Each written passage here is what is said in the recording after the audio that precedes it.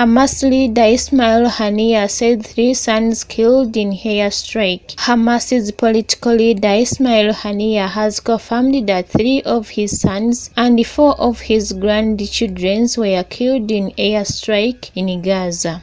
Haniyeh said that the incident would not change Hamas's demand in talk aimed at reaching the ceasefire deal. Israel's military says that the sons were members of Hamas's military wing, a claim denied by Haniyeh. Israel's military says it had eliminated 3 Hamas's military wing operatives in the central Gaza Strip, adding that they were the son of Israel's Haniyeh. The statement did not mention the reported death of Haniyeh's grandchildren. The last proposal, which Hamas says it is analyzing, reportedly including the release of 40 Israeli hostages being held in Gaza in return for 900 Palestinians from Israeli jails. Haniyeh is widely considered Hamas's overall leader and has been a prominent member of the movement since 1980.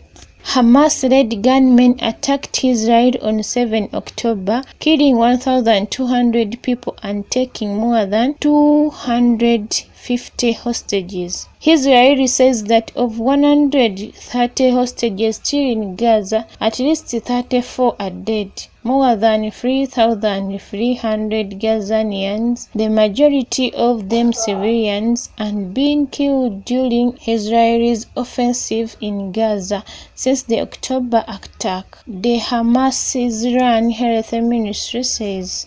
Number of Justin Hemwara TV.